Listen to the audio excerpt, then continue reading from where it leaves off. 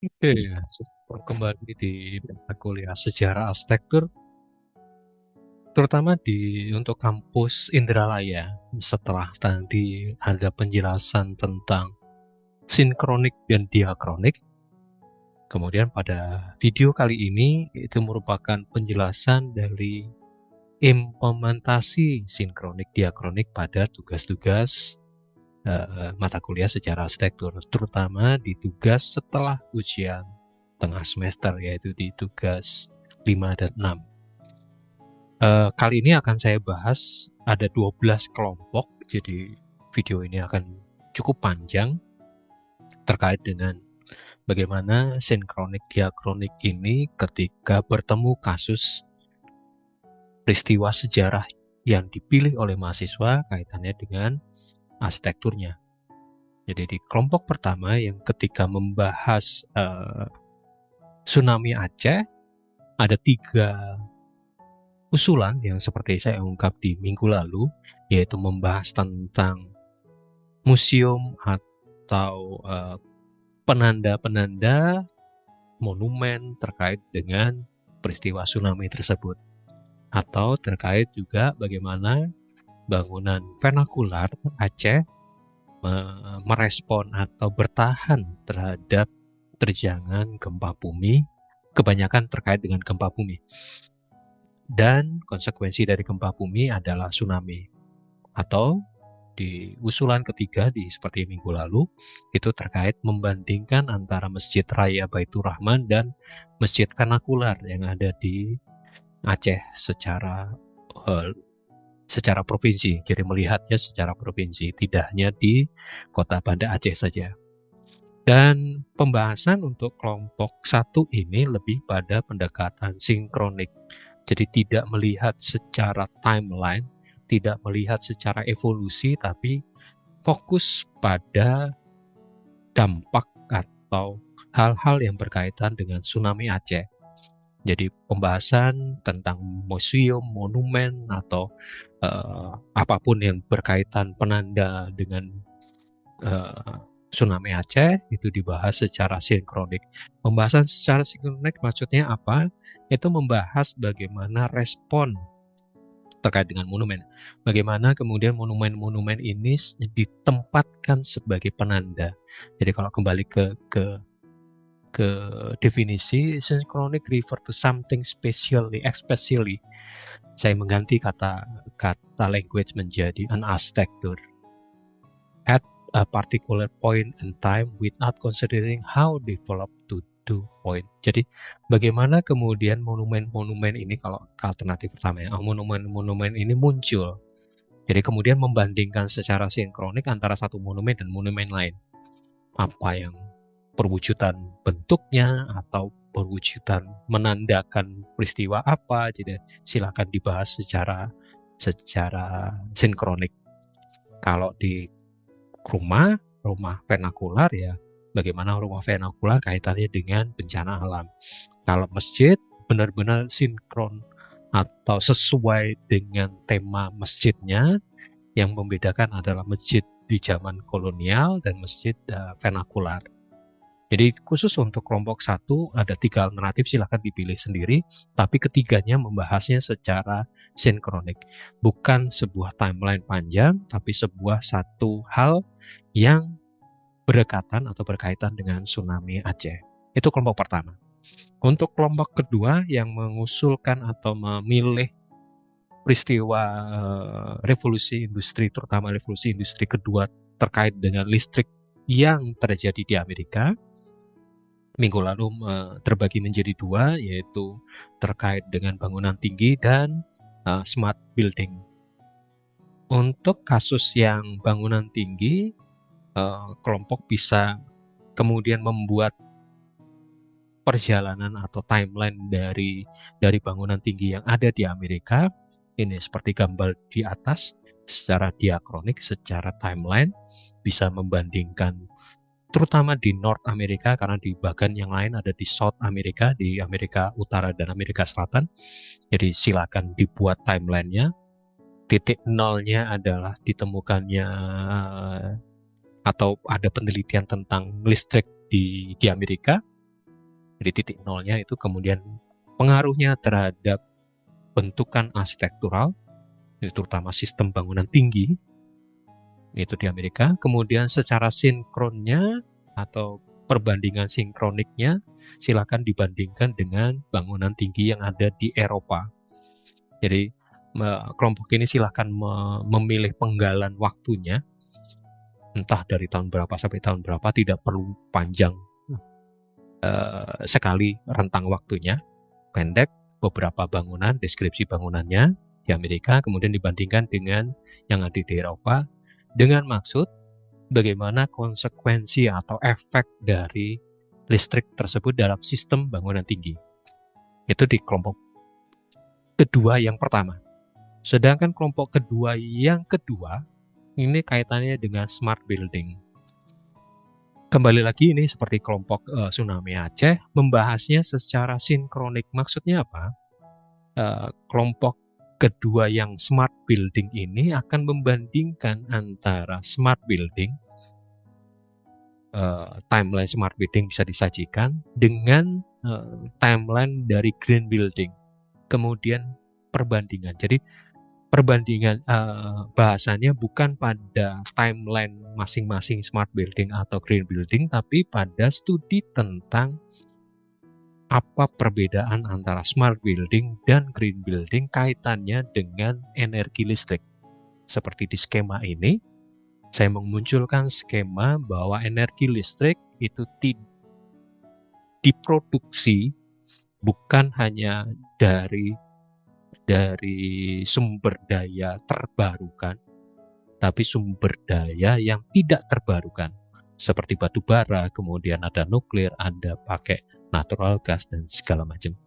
Tapi ada juga yang sumber terbarukan. Bagaimana sumber-sumber energi yang dihasilkan tersebut mempunyai dampak terhadap smart building dan green building. Katakanlah kasarannya pembahasannya green building itu lebih menyukai atau menyarankan atau memberi efek terhadap lingkungan seperti apa kalau dia menggunakan energi terbarukan atau tidak terbarukan. Atau gampangnya, pemahaman green building itu lebih menyarankan penggunaan energi listrik dari sumber terbarukan atau sumber tidak terbarukan. Smart building lebih fokus energi listriknya pada hal apa? Jadi mungkin ini pembahasannya, perbedaan antara green building dan smart building terkait dengan energi listrik. Kalau green building lebih kepada dari mana sumber itu berasal, kalau smart building bagaimana sumber itu digunakan secara efisien. Mungkin pembahasannya bisa sangat luas. Jadi kelompok dipersilahkan untuk mengeksplor lebih lanjut. Intinya adalah mengkaitkan antara energi listrik, penghasil energi listrik atau sumber energi listrik tersebut, dan dengan atau dianalisis dengan sudut pandang smart building dan green building. Setelah itu dibandingkan. Mudahnya seperti itu. Oke. Kemudian kelompok ketiga kaitannya dengan runtuhnya Konstantinopel. Ini ada timeline sedikit. Ini di kelompok ketiga yang pertama ini fokus pada masjid-masjid secara diakronik terkait masjid-masjid yang ada di Istanbul atau di Turki atau di wilayah Konstantinopel. Silakan dieksplor seperti apa. Kemudian membandingkan dengan masjid-masjid yang ada di Cordoba atau yang sekarang disebut dengan Spanyol. Karena secara sejarah secara umum ada persinggungan antara Konstantinopel dengan Cordoba. Mungkin itu juga bisa disampaikan sebagai latar pembahasan. Jadi runtuhnya Konstantinopel itu saya perluas dengan persinggungan kesejarahan antara Konstantinopel dengan Cordoba. Dan kasus arsitekturalnya adalah masjid. Jadi ada ini yang berhasil saya kumpulkan secara diakronik, masjid di 1491, masjid di 1548, kemudian masjid di 1616 dan 1755 yang ada di Turki, dan masjid yang ada di Cordoba tahun 786. Jadi itu perbandingannya. Dari sini kita akan coba belajar bagaimana pengaruh politik, pengaruh ke kesultanan, kekaisaran atau penguasa di dalam perwujudan bangunan peribadatan. Belajarnya di situ. Oke, ini kelompok ketiga yang pertama. Kelompok ketiga yang kedua, seperti usulan kemarin, lebih fokus kepada masjid kontemporer. Jadi melihat Turki modern setelah Perang Dunia Kedua. Di sini saya mohon maaf, dari tadi saya tidak menyebutkan nama masjidnya, bukan berarti tidak mau menyebutkan, tapi takut salah spelling. Jadi saya menyebutkan tahunnya saja. Ini masjid yang tahun 2012, 2003, 2012, dan 2014. Masjid kontemporer yang ada di Turki. Dan sebagai perbandingan, masjid kontemporer yang ada di Mesir. Kita sebagai sinkroniknya, sebagai perbandingannya, bagaimana eksplorasi desain masjid sebuah tempat peribadatan tapi dari konteks yang lebih modern. Jadi itu perbedaannya. Kelompok ketiga ini fokus pada fungsi bangunan masjid, tapi sudut pandangnya sebelum atau masa-masa Bizantin dan sesudahnya, dan ini masa modern. Oke, itu kelompok ketiga. Kelompok keempat terkait dengan perang di Syria. Jujur ini kelompok yang paling agak membuat tanda kutip puyeng, karena rentang waktunya cukup pendek, tapi kemudian ketika memasukkan Syria sebagai sebuah tempat yang punya sejarah panjang, jadi tidak fokus pada perang Syria, itu jadi cukup unik. Kalau di kemarin saya mengusulkan perbandingan antara sebelum bangunan-bangunan sebelum dan sesudah perang Syria, mau nggak mau ketika bicara before-nya, kita harus agak melihat lebih panjang, lebih mundur ke belakang pada masa kerajaan Assyrian. Jadi seperti ini timeline-nya. Jadi mungkin agak lebih panjang. Tinggal kelompok memotongnya di sebelah mana. Bangunan ini muncul di tahun berapa sih, sehingga perbandingannya lebih enak. Pembahasan diakronik yang before after, sebelum perang dan sesudah perang. Tapi pada sebelum perang itu pembahasannya lebih panjang karena akan menjelaskan kenapa sih dunia ini nanti akan menjadi bahasan di kelompok kedua dari kategori dari kelompok yang keempat. Kelompok yang kedua akan membahas itu. Kenapa bangunan-bangunan ini menjadi penting gitu. Kenapa before after-nya justru meng-capture bangunan-bangunan ini. Ada sejarah apa dari bangunan ini? Itu yang kayaknya perlu diungkap.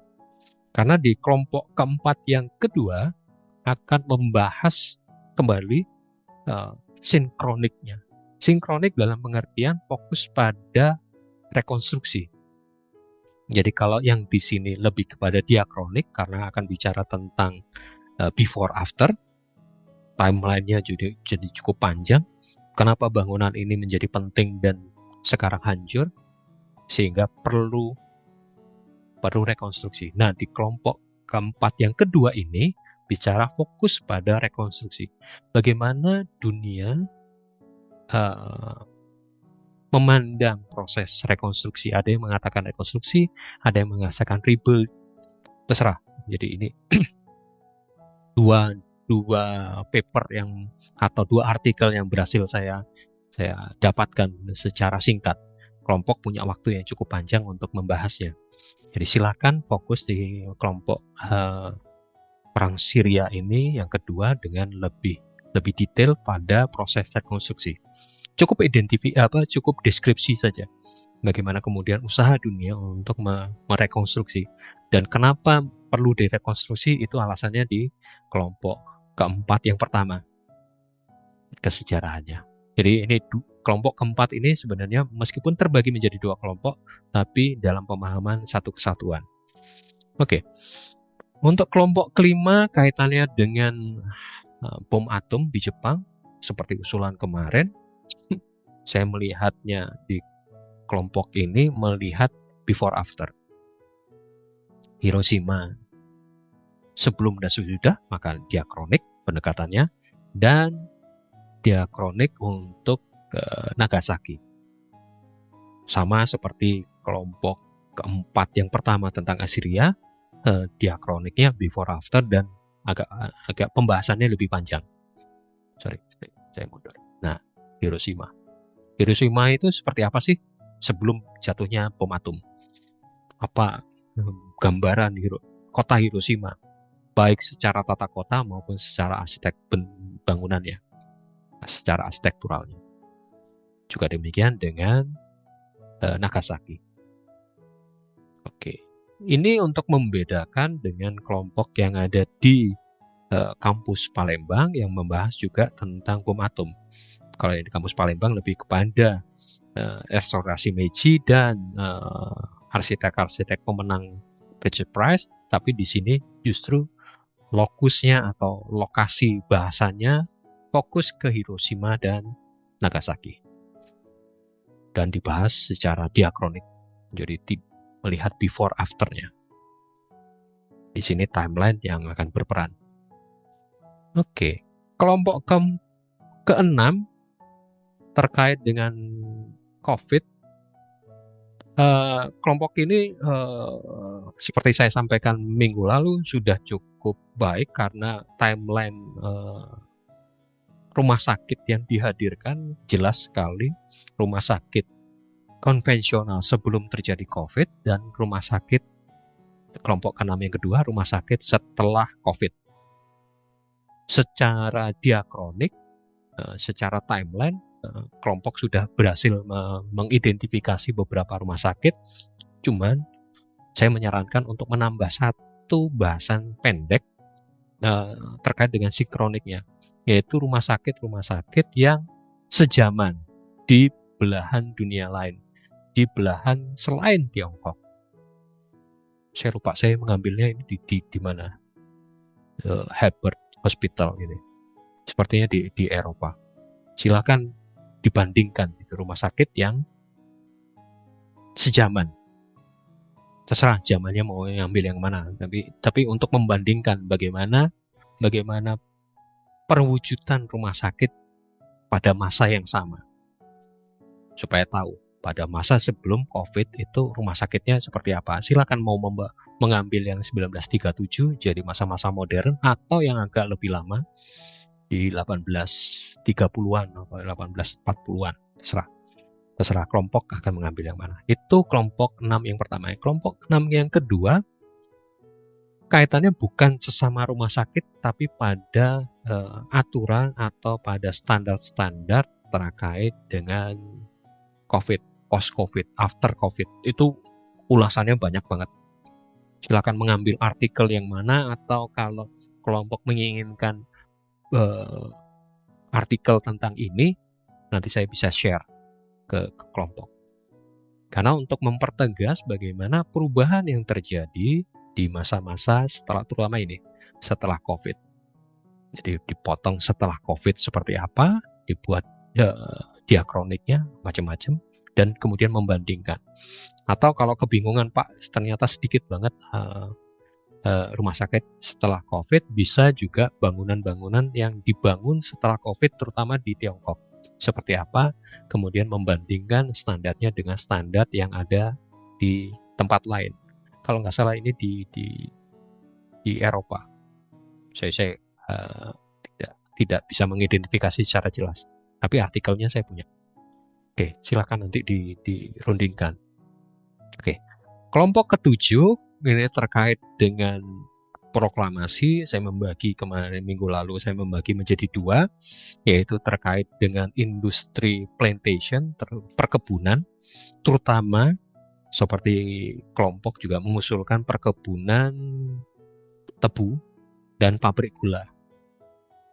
Jadi ini secara diakronik yang berhasil saya temukan secara pendek, pabrik-pabrik gula yang dibangun ketika masa Hindia Belanda, ketika masa pendudukan Belanda, kemudian terutama kasusnya Colomadu yang terkait dengan adaptive reuse, memanfaatkan pabrik-pabrik gula yang sudah tidak lagi berfungsi.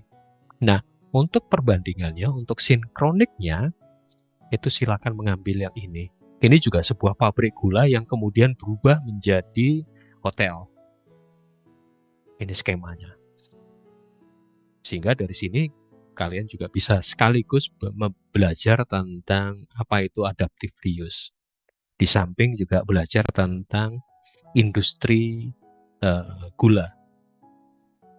Ini ada satu buku yang cukup panjang terkait dengan gula, kereta api uap, kaitannya dengan kereta api dan kapal uap, dan industri baja. Jadi buku ini tentang industri, terutama yang terjadi di Jawa di masa Hindia Belanda. Itu kelompok ke-7 yang pertama. Kelompok 7 yang kedua berbeda dengan yang ini, ada sinkronik, ada diakronik. Kelompok yang kedua fokus pada sinkronik, terutama pada arsitektur jengki. Ada dua hal yang bisa saya tawarkan ke kelompok 7 yang kedua ini. Apakah kalian ingin membahas arsitektur jengki secara data internet? Jadi silakan dibongkar, kemudian kaitkan dengan nasionalisasi perusahaan-perusahaan Belanda di masa awal kemerdekaan. Itu juga nanti beberapa menggunakan arsitektur jengki sebagai fasilitas perumahan karyawan. Jadi ada yang di perkebunan pakai arsitektur jengki, kemudian ada juga industri migas yang digunakan oleh orang Belanda dan Eropa, itu terutama yang terjadi di Menteng. Atau itu yang pertama, kalau kajiannya hanya sepenuhnya mengandalkan kajian yang ada di internet. Jadi browsing internet atau studi pustaka lah istilahnya, atau membandingkannya dengan studi lapangan. Ini yang saya tawarkan adalah bangunan Universitas IBA. Jadi melihat proklamasi dari sudut pandang industri, terutama industri pendidikan. Nah, salah satunya yang ada di Palembang yang paling bisa kita jangkau adalah Universitas IBA ini. Silakan dibongkar sejarahnya dan segala macam, dan cukup seru. Saya tidak akan membuka di sini, nanti akan saya menunggu respon dari kelompok seperti apa. Nah, apakah mau studi literatur internet dan bahasanya cukup banyak, seperti gambar ini adalah sketsa transformasi bentuk arsitektur yang dilakukan oleh Prof. Toto Rusmanto, seorang dosen yang sudah paripurna dari Undip yang sekarang masih cukup aktif. Dan ini tahun 2004 ketika ada lokakarya pengajaran sejarah di Semarang membahas tentang arsitektur jengki. Oke, itu kelompok 7 yang kedua. Kemudian masuk ke kelompok 8 ini yang jujur agak lama ketika saya mencoba menyusunnya, karena kelompok Renaissance ini kaitannya juga dengan Black Death. Tapi ini usulan saya pembahasannya. Kelompok Renaissance yang pertama membahas tentang early Renaissance. Jadi awal mula Renaissance, kemudian membahasnya tidak hanya fokus pada arsitektur tapi art. Dan silakan membandingkan antara dua tokoh ini, Filippo Brunelleschi dan Leo Battista Alberti. Dua tokoh yang tidak hanya seorang arsitek, tapi juga seniman patung dan seniman lukis. Dua-duanya sama. Pada masa yang sama, di masa early Renaissance. Jadi pembahasan secara sinkronik. membandingkan antara dua tokoh ini di masa Renaissance awal. Dan kelompok Renaissance yang kedua membahasnya justru di late Renaissance atau di Mannerism. Ada 3 tokoh, silakan pilih 2 saja. Apakah Michelangelo atau Leonardo da Vinci atau Bramante. Bahasanya cukup banyak. Dan kemudian apakah ini masuk di late Renaissance atau di Mannerism? Kalau secara tokoh yang saya ambil Michelangelo, Da Vinci, dan Bramante jatuhnya di High Renaissance. Tapi di beberapa bahasan masuknya di Mannerism. Jadi tergantung benda atau artefak yang diangkat. Ya, tapi kalau di Mannerism ada beberapa nama-nama yang jujur saya tidak terlalu kenal. Tapi kalau di High Renaissance, siapa yang tidak kenal dengan Da Vinci? Siapa yang tidak kenal dengan Michelangelo? Mungkin beberapa baru mengenal Bramante. Tapi minimal ada 3 tokoh yang bisa dijajarkan di masa Renaissance akhir, late Renaissance atau High Renaissance atau Mannerism. Berbeda dengan early Renaissance yang baru mulai muncul. Dan ini untuk membedakan dengan kelompok ke-9 yang berkaitan dengan Black Death. Seperti minggu lalu saya mengusulkan bahwa kelompok Black Death ini justru melihat sebelum terjadinya Renaissance, masa-masa sebelumnya terjadi Renaissance, yaitu arsitektur Romanes dan arsitektur Gotik. Pembahasannya sinkronik. Jadi ada beberapa alternatif bahasan, nanti silakan kelompok sendiri yang memikirkan. Membahas secara sinkronik artinya membandingkan antara Romanes dan Gotik arsitektur, atau membandingkan timeline Romanes arsitektur, Gotik arsitektur, baru kemudian dibandingkan, atau sekedar membuat timeline panjang tapi kemudian membuat polanya. Pola dalam pengertian yang disebut Gotik arsitektur itu apa? Cirinya apa? Yang disebut dengan Romanes arsitektur, cirinya apa? Jadi ada 3 alternatif. Membahas penuh secara sinkronik, perbandingan antara Romanes dan Gotik.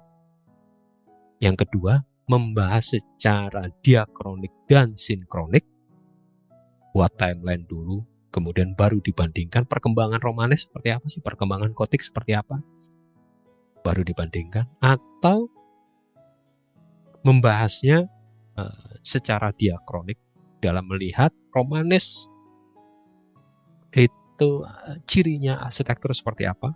Ya, mau nggak mau bikin timeline dulu baru bisa mencirikan, dan Gotik arsitektur bikin cirinya dulu baru membandingkan. Jadi terserah. Itu kelompok Black Death yang pertama. Kelompok Black Death yang kedua justru melihat arsitekturnya. Kalau tadi di kelompok Renaissance lebih melihat artnya, sosoknya. Jadi si seniman, saya tidak mengatakan Brunelleschi, kemudian Alberti, Michelangelo, Da Vinci, dan Bramante sebagai seorang arsitek, tapi seorang seniman Renaissance. Di kelompok Black Death yang kedua benar-benar fokus bicara pada Renaissance arsitektur. Lepaskan nama tokohnya, tapi benar-benar melihat arsitekturnya, melihat bendanya. Seperti ini, saya mencoba membuat timeline dari Basilika di San Lorenzo di 1421 sampai pada Palazzo Pandolfini di 1516. Jadi coba bikin timeline seperti apa, kemudian baru menyimpulkan yang disebut Renaissance arsitektur itu apa. Jadi beda dengan yang ini. Kalau ini fokus pada tokoh, yang kebetulan tokoh itu tidak hanya arsitek, Tapi saya mengatakan bahwa Brunelleschi, Alberti, Michelangelo, Da Vinci, dan Bramante adalah seorang seniman, bahkan pemikir di masa Renaissance. Di sini fokus pada arsitektur. Arsitektur sebagai sebuah karya. Sehingga arsiteknya hanya kemudian menempel, tapi tidak dibahas lanjut secara mendalam. Tapi fokus pada apa itu arsitektur Renaissance. Semoga dua kelompok ini paham, kelompok ke-8 dan kelompok ke-9, kelompok Renaissance dan kelompok Black Death. Oke, saya harus bernafas dulu karena kelompok Black Death dan kelompok Renaissance cukup menguras energi, terutama ketika mencoba mencari pembeda yang tegas. Oke, kelompok ke-10 tentang Holocaust. Saya menyarankan kemarin di minggu lalu membahas Bauhaus dan arsitektur Nazi. Semalam saya coba browsing bahasan tentang Bauhaus baik secara timeline, diakronik maupun sinkronik, sehingga tahu arsitektur Bauhaus seperti apa itu cukup banyak. Dan pembahasannya kalau secara tulisan cukup banyak, tapi pembahasan atau tampilan visualisasinya sangat jarang. Ini poster ini saya dapatkan dengan bahasa Korea. Jadi dengan huruf yang cukup rumit. Ini saya dapatkan dengan bahasa Jerman. Jadi dua bahasa yang saya sama-sama tidak bisa paham. Dan bentuknya poster. Ketika saya zoom, agak pecah. Namun di sisi lain, ini merupakan kesempatan dari kelompok untuk membahasnya secara timeline, diakronik, dan sinkronik. Fokus ke arsitektur Bauhaus. Arsitektur Bauhaus itu seperti apa sih? Oke, yang kedua, bahas tentang arsitektur Nazi. Ini akan membedakan dengan kelompok lain. Saya lupa apakah kelompok di Indralaya atau di Palembang yang membahas khusus tentang Albert Speer, arsitek yang sangat dekat dengan Hitler. Di sini melihat arsitektur Nazi, arsitektur yang digagas, arsitektur yang muncul pada zaman Nazi. Jadi seperti kasus di Black Death tadi, melihat arsitekturnya bukan pada arsiteknya. Meskipun nanti ada beberapa karya akan beririsan, tapi kita fokus pada arsitekturnya. Ketika fokus ke arsitekturnya, maka karya-karya yang muncul atau karya-karya yang ditampilkan secara timeline, secara diakronik, itu tidak terkurung atau tidak terframing pada satu arsitek, tapi banyak arsitek. Kemudian kelompok juga kemudian bisa memberi ulasan secara sinkronik. Yang disebut arsitektur Nazi itu seperti apa? Bagaimana peran Hitler, seperti di artikel ini, bagaimana peran Hitler terungkap atau termanifestasi dalam bentuk arsitektur. Semoga kelompok bisa paham. Oke, kelompok ke-11 kaitannya dengan Perang Korea.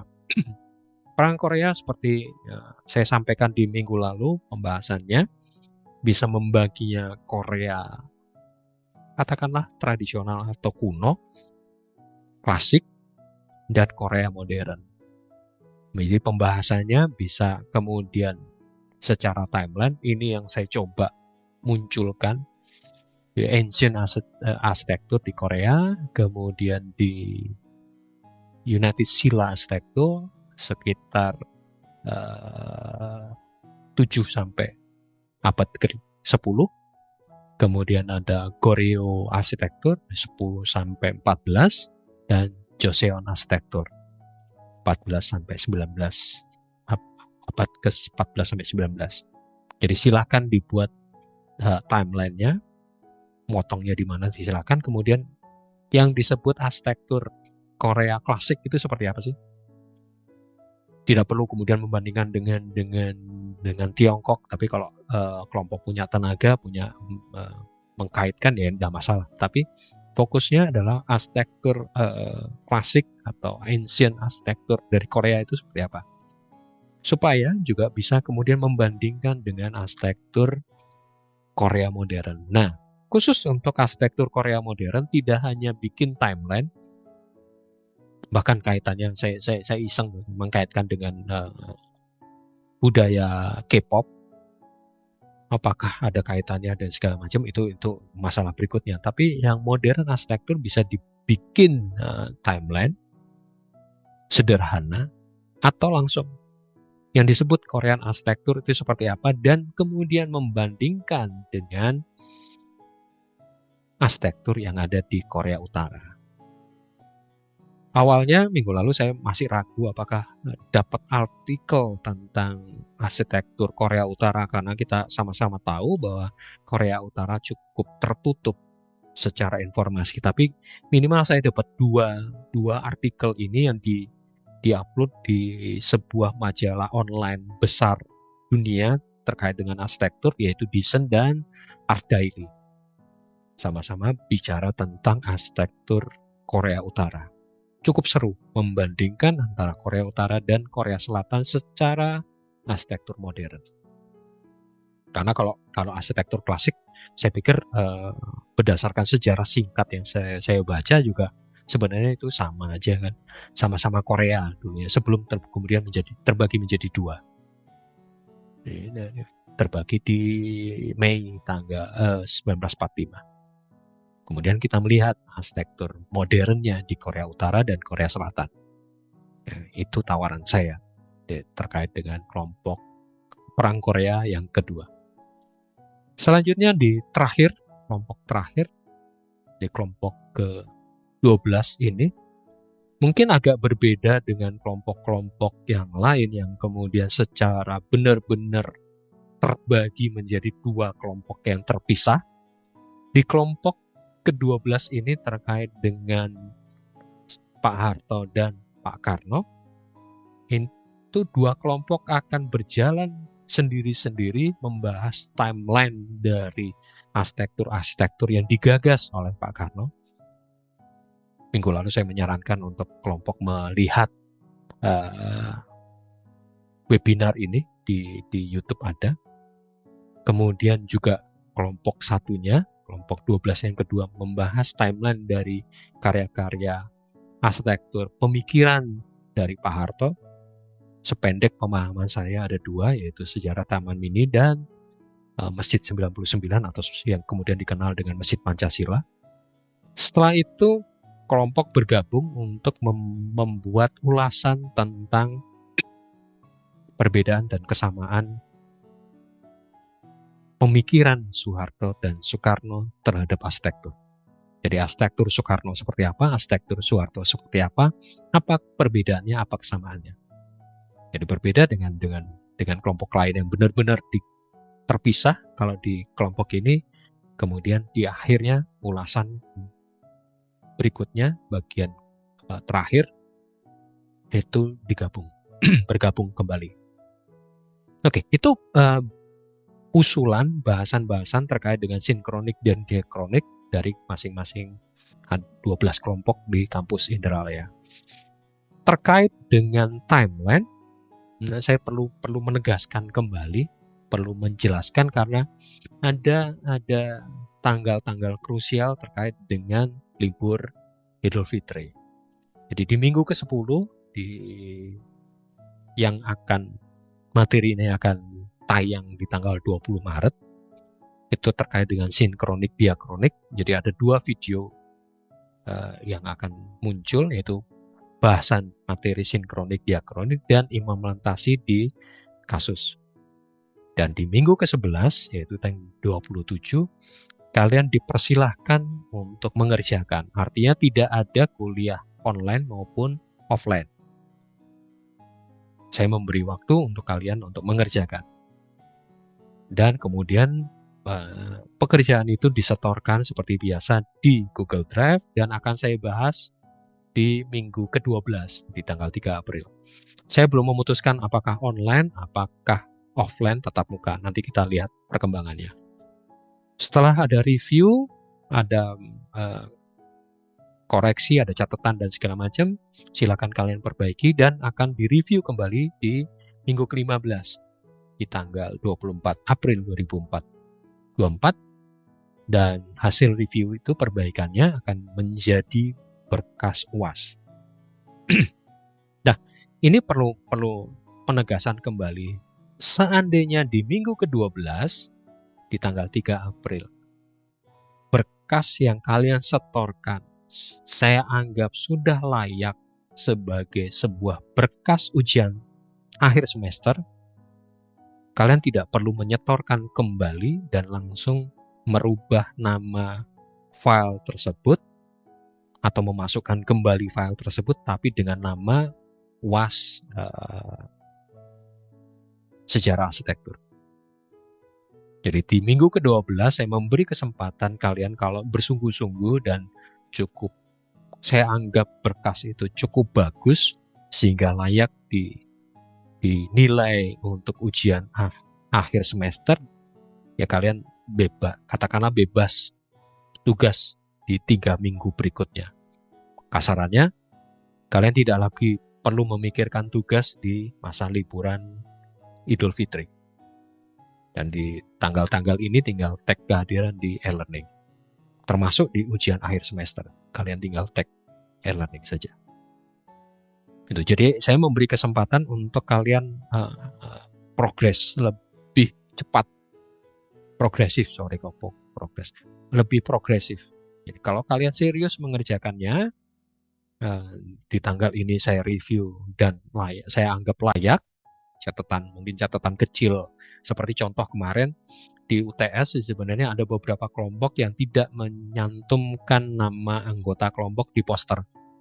Oke, saya anggap itu sebagai kesalahan minor. Saya bisa trace di folder kelompok di Google Drive untuk saya cari namanya siapa dari anggota kelompok. Hal-hal minor seperti itu. Mungkin akan catatannya minor seperti itu. Tapi secara konten kalau sudah bagus ya bisa saya nilai sebagai ujian. Jadi di minggu ke-12 akan agak katakanlah sebagai judgment day. Apakah ini layak atau ada catatan yang cukup panjang. Dan bagaimana bahasannya? Bahasannya persis sama seperti yang di UTS, produknya bisa laporan tugas, bisa poster. Ini juga masukan dari mahasiswa Palembang, Pak, boleh nggak bukan poster tapi buklet. Jadi bukan laporan tugas yang konvensional tapi sebuah buklet. Jadi poster-poster yang cukup banyak lembarnya tapi cukup jelas dan disatukan dalam format PDF. Kalian bisa menggunakan Canva. Canva juga ada template untuk buklet atau video pendek. Lalu bahasannya apa? Seperti saya sampaikan tadi, kontennya seperti apa? Bagian pertama ada 3 tipe. Ada 3 tipe pembahasan. Kalau tadi saran saya menyarankan kelompok untuk membahas secara sinkronik diakronik, mungkin pakai tipe A. Jadi bagian pertama sinkronik, kemudian bagian kedua diakronik, atau mau dibalik silahkan. Timeline dulu baru sinkronnya. Kemudian bagian ketiga ulasan perbandingan antara sinkronik dan diakronik. Atau model sinkronik di beberapa kasus tadi juga ada yang fokus pada sinkronik. Sinkronik kasus A, sinkronik kasus B. Jadi bahasannya seperti apa, kemudian di bagian ketiga perbandingan. Atau timeline diakronik tipe A di before dan timeline diakronik after. Jadi silakan disesuaikan dengan usulan saya atau disesuaikan dengan bahasan yang kalian akan buat. Lalu batasannya seperti apa? Seperti tadi diungkap, kenapa kemudian ada muncul buklet? Karena jumlah lembar, jumlah halaman panjang video itu infinity. Tidak terhingga. Karena yang saya pentingkan adalah konten. Kontennya dulu, sehingga di review ini saya akan lebih fokus kepada konten. Kalau kemudian layak secara desain, tampilan baik laporan maupun buklet atau poster layak, baru kemudian bisa dianggap sebagai layak ke ujian tengah semester. Tapi di minggu ke-12 saya fokus ke kontennya dulu. Usulan-usulan atau bahasan yang tadi itu sekedar usulan saya. Kelompok secara mandiri, secara independen bisa mengolahnya. Apakah mau mengikuti saran saya atau mencari alternatif lain terkait juga dengan kemudahan data dan mendapatkan data yang seperti apa. Dan jangan lupa di sini juga ada referensi yang penting buat saya telusur lebih lanjut untuk mengecek apakah referensi ini mengatakan yang benar dan kemudian kalian menginterpretasi juga yang dengan benar. Oke, semoga itu bisa menjelaskan. Dan sebagai penutup, kenapa sejarah itu penting? Ini bahasa basi yang dikaitkan dengan apa yang dinyatakan Korbu, karena dengan memahami sejarah, kita bisa kemudian melanjutkan apa yang sudah ada, apa yang ada pada masa sekarang ini, dan yang akan datang seperti apa.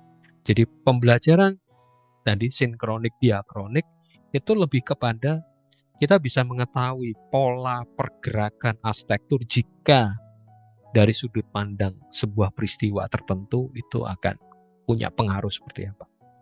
Sehingga kalau dalam proses saya kembali ke proses perancangan, dan itu sebenarnya guna dari belajar sejarah arsitektur itu bukan hanya belajar arsitektur bukan hanya untuk sejarah tapi untuk berarsitektur.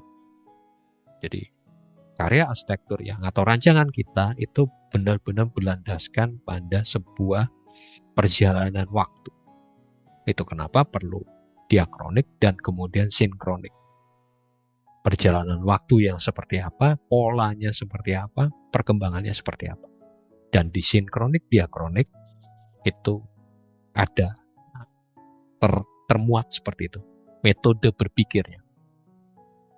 Saya harap usulan kemudian cara berpikir ini akan berguna bagi kalian di masa depan. Jadi pelajaran sejarah bukan hanya sekedar mengisi SKS semester, tapi benar-benar punya dampak terhadap perjalanan berarsitektur kalian. Entah untuk studio di selama masa kuliah atau nanti setelah kalian sudah lulus. Mungkin itu yang bisa saya sampaikan. Terima kasih banyak sudah menyaksikan dan selamat bekerja. Sampai jumpa di review tugas yang kalian kerjakan.